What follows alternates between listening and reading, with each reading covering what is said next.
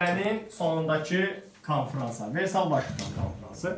Birinci Versal konferansını deyirik, sonra Washington'a keçiriləcək. 1918-in noyabrın 11-də bütün cəbhələrdə müharibə dayanacaqdı və Almaniya Konfer meşəsində təslim haqqını imzalayandan sonra artıq müharibə bitir. Lakin bu müharibə bitsə də müqavilə dövlətlər məğlub ölkələri, xüsusən də Almaniyanı cəzalandırmaq, yeni sülh müqaviləsinə hazırlamaq və bir də dövlətlər arası münasibətləri yenidən nizamlamaq. Baxın görürsünüz, müqavilə şəkilçisi 3 dənə deyilik.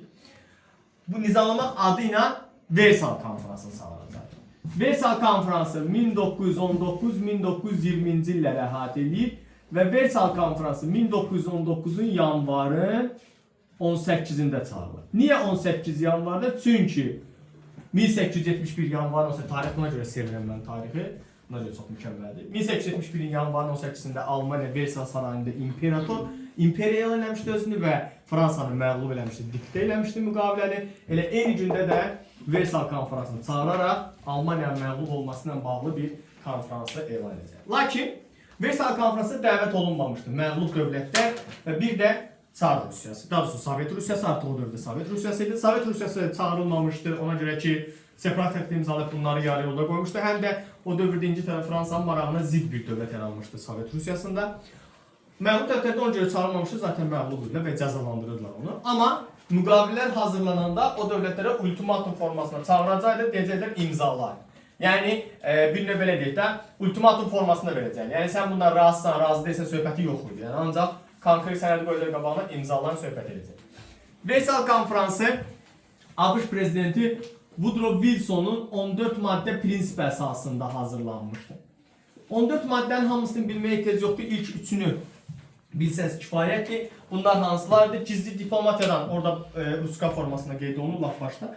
Gizli diplomatiyadan əl çəkmək, ticarəti inkar etmək və bir də xalqların öz miqdarı təyin etmək hüququ verilməsidir və silahlanmadan əl çəkmək prinsipləri əsasında qurulacaq.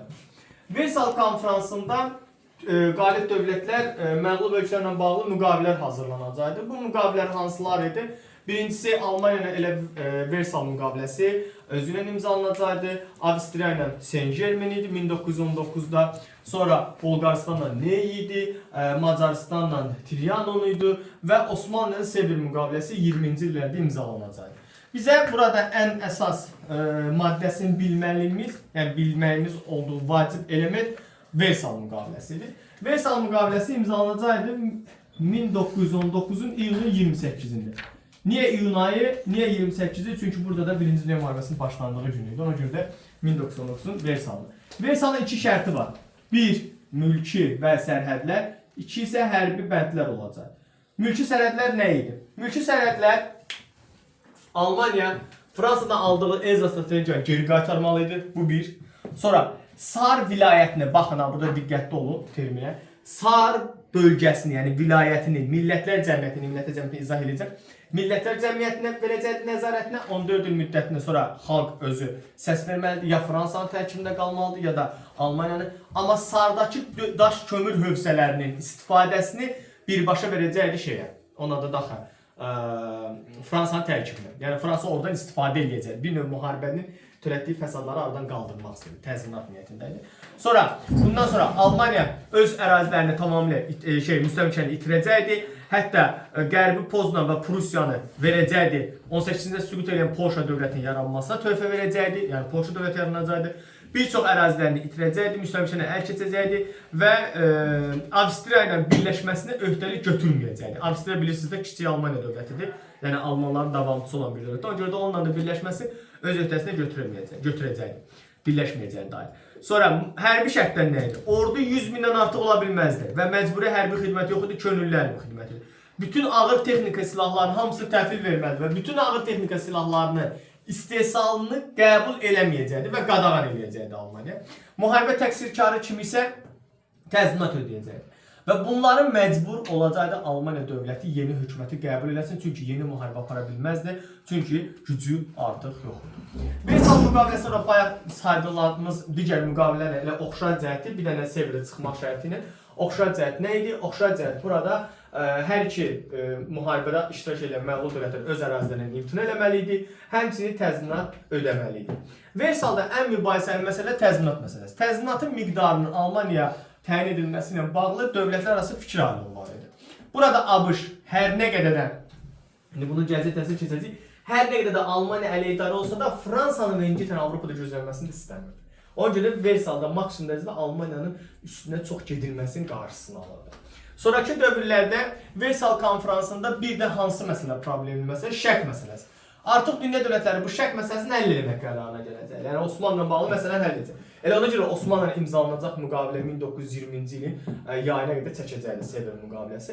Və şərq məsələsi artıq nəhayət olaraq razılıq əldə olunacaqdı. Buna görə Türkiyə əraziləri bölüşdürüləcəkdi. Yunanistan, İtaliya, İngiltərə, Fransa arasında İstanbul veriləcəkdi İngiltərəyə və xüsusi idarəetmə orqanı olacaqdı. Osmanlı kiçik bir ərazi kimi bir növ demək ki, varlığını tamamilə itirmiş sayılacaqdı. Bəlkə də Antant dövlətinin ən böyük səhvi Yunanlıların Anadoluya qoşun çıxartmasıydı. Ona görə də Türk xalqı ayağa qalxacaqdı. Mustafa Kemal Paşanın rəhbərliyi altında azadlıq hərəkatı ilə Sevr müqaviləsinin şərtlərini ləğv edəcəkdi. Bu da gələcək dəstəmizdə keçəcəyimiz dərsdir. Sonra Versal konferansında Millətlər Cəmiyyəti yaradılacaqdı. Millətlər Cəmiyyəti beynəlxalq təşkilat deməkdir. Məqsəd Avropadakı müharibələrin qarşısını almaqdır və Avropa dövlətləri arasında münasibətləri nizamlamadır. Lakin Millətlər Cəmiyyəti də özü zəif idi. Versal konferansının iştirakçılarının arasında ziddiyyətlər olması da bu zəiflik göstəricisi idi. Həmçinin Millətlər Cəmiyyətində kimlər daxil olmamışdı? Məğlub dövlətlər. Bundan nə olsun müharibə aparıb? Amma bunları sona qədər cəzalandırır və dünyada təcrid edirlər. Bu da bir növ belə deyim, Millətlər Cəmiyyətinin çox da belə çox güclü olmadığının göstəricilərini olacaq. Sonra Versal konferansında ikinci bir məsələ nə idi? Mandat sistemi idi. Mandat sistemi nədir uşaqlar? Wilsonun prinsiplərində xalqların öz müqəddəratı var idi. İndi birazdan Versal konferansının nəticələrindən sayıldı, o da görəcək. Xalqların öz müqəddəratı var. Yəni hər bir xalq özü müstəqil dövlət qurmalıdır. Ona görə də müharibə qalib dövlətlər işğalçı belə deyək də, necə deyim sizə, müstəmləkə tuta bilmirdilər. İcazə yox idi. Wilson bunun qarşısını alırdı. Buna görə də mandat sistemi təklif edirdi. Axı 4 ildir bu dövlətlər müharibə aparır ki, ən azından məğlub ölkəni müstəmləkə ilə keçirsin. Amma sən deyirsən ki, yox, müstəmləkə olmaz. Ona görə mandat sisteminə kimlər nəzarət edəcəkdir? Böyük Britaniya, Fransa, Belçika, Almaniya.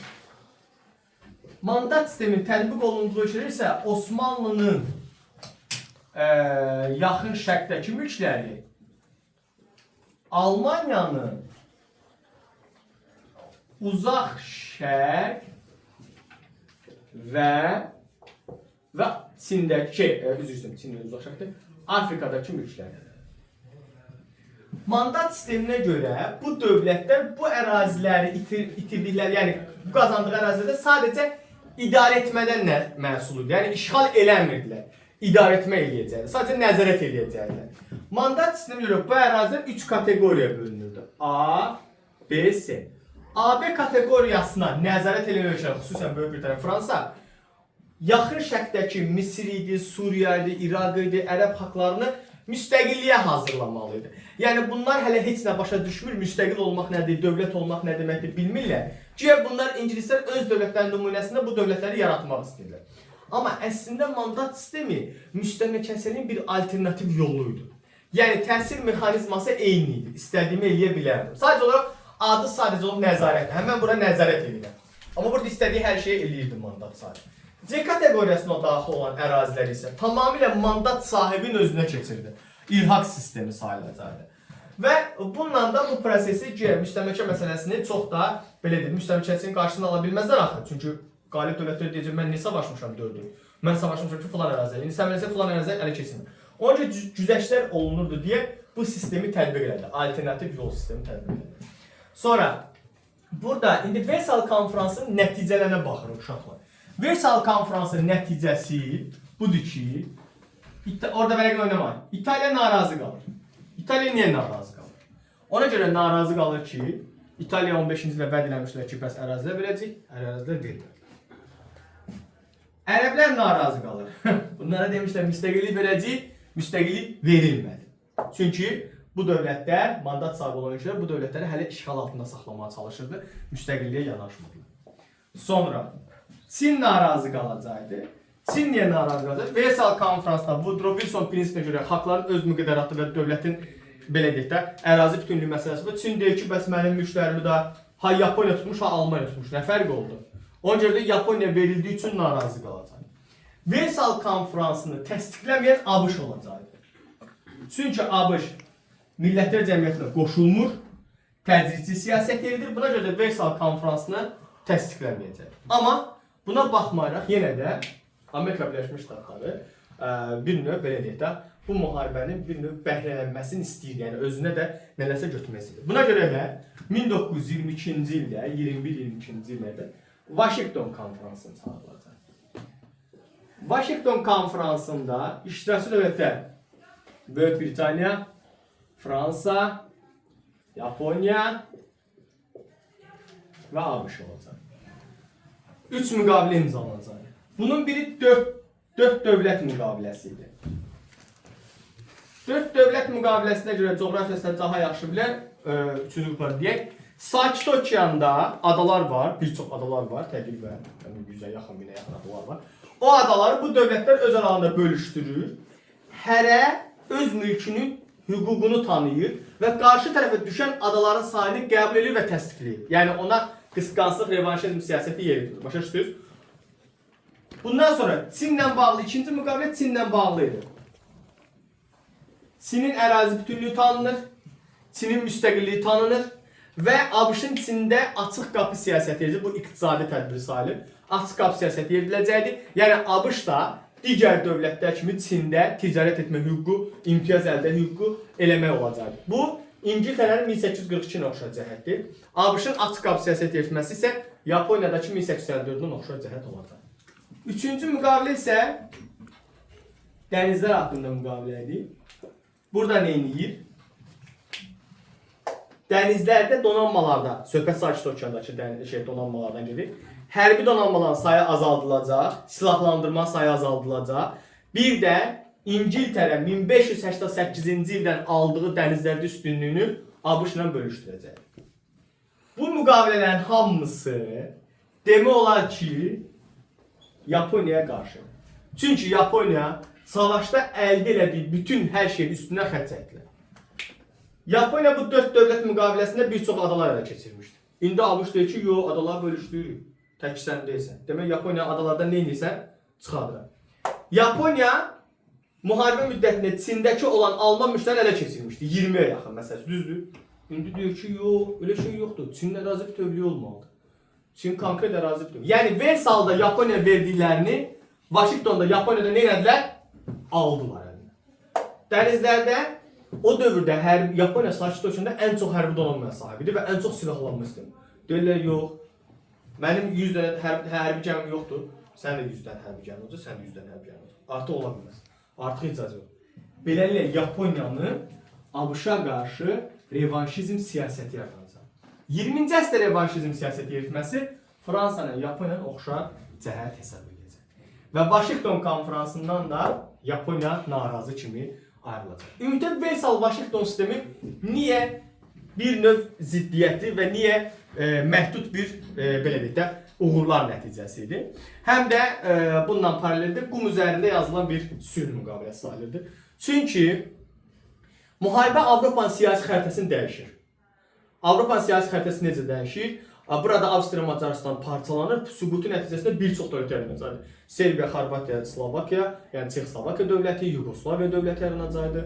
Bunlar yaranacaqdır. Bundan paralel bu Avropada siyasi xəritə, yaxın şərqdə siyasi xəritəni dəyişəcəkdir, yeni dövlətlər yaradacaqdır. Sonra bunların hamısı, lakin bunların hamısı Versal konferansından kənarda qalanlar idi. Yəni Millətlər Cəmiyyətinə qoşulmayan dövlətlər. Və burada xalqların öz müqəddəratı təyin etmə nə qədər rol oynasa da, qalib dövlətlərə edilən güzəştlər bu xalqların öz müqəddəratı təyin etmə prinsipi tam da şəkildə formalaşmır. Avropa etnik cəhətdən qarışıq olduğu üçün sərhədləri cızmaq çətin idi və cızmaq çətin olanda sərhəd etnik toqquşmalar baş verdi. Ona görə də burada mübahisəli məsələ buydu. İtaliya narazı qalmışdı, artıq Fransa İngiltərə istədiyini ala bilmədiyi üçün Almaniya niyə bir belə zəiflədir söhbətlərini eləyirdi. Sonra bundan paraleldə ən böyük Sovet Rusiyası Millətlər Cəmiyyətində üzv olmamışdı və beynəlxalq münasibətlərin təcrid olunmuşdu.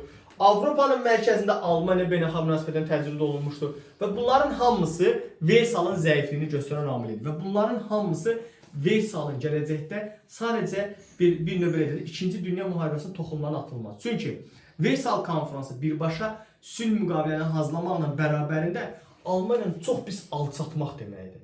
Və bu Alman xalqının gələcəkdə yeni bir revanşist duyğularla yeni bir savaşa başlanmasına gətirib çıxaracaq. Bu da sizin Versal Vaşinqton